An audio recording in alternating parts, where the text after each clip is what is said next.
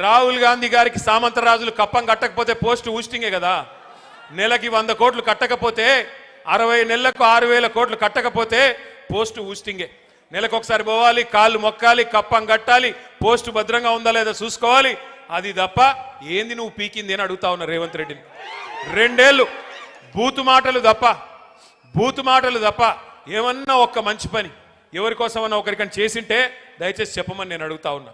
ఇవాళ బూతు మాటలు అంటే చండాలమైన మాటలు నాకు ఇష్టం ఉండదు, కానీ తప్పట్లేదు. దరిద్రంగా ఆయన మాట్లాడుతుంటే మాకు ఎదురుగా ఉన్న మాకు రక్తం ఉడుకుతా ఉంది. సరే, కేసీఆర్ గారు తెలంగాణ తెచ్చిన నాయకుడు, దశాబ్దాల కళ నెరవేర్చిన నాయకుడు. ఇదే ఖమ్మం జిల్లాలో ఆనాడు 1968లో విద్యార్థుల ఉద్యోగుల ఆధ్వర్యంలో ప్రారంభమైన ఉద్యమానికి అల్టిమేట్ గా లక్ష్యాన్ని చేర్చిన నాయకుడు కేసీఆర్ గారు. అట్లాగే 10 ఏళ్ళు ప్రజల చేత ఎన్నుకోబడ్డ ముఖ్యమంత్రి కేసీఆర్ గారు. తెలంగాణకు ఎన్నో అపురూపమైన అద్భుతమైన ప్రాజెక్టులు ఇచ్చినవాడు కేసీఆర్.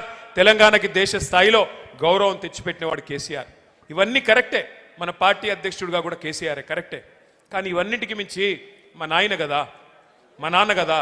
మరి మా నాన్నని ఇష్టం వచ్చినట్టంటే ఓ కొడుకుగా నా కోపం రాదా?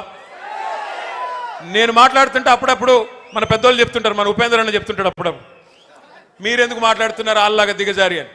వాళ్ళలాగా దిగజారి మాట్లాడాలని నాకు లేదు, కానీ వాళ్ళు మాట్లాడుతున్న మాటలు వింటే రక్తం ఉడుకుతున్నది. ఏం అడుగుతున్నాం మనము?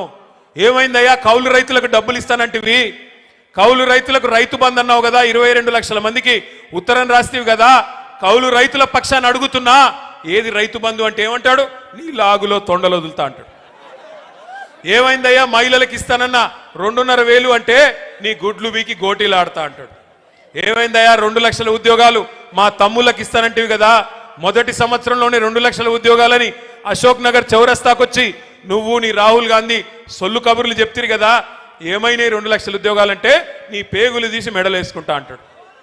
ఏం చేయాలా? ఇట్లా మాట్లాడితే ఏమనాలా? తప్పట్లేదు.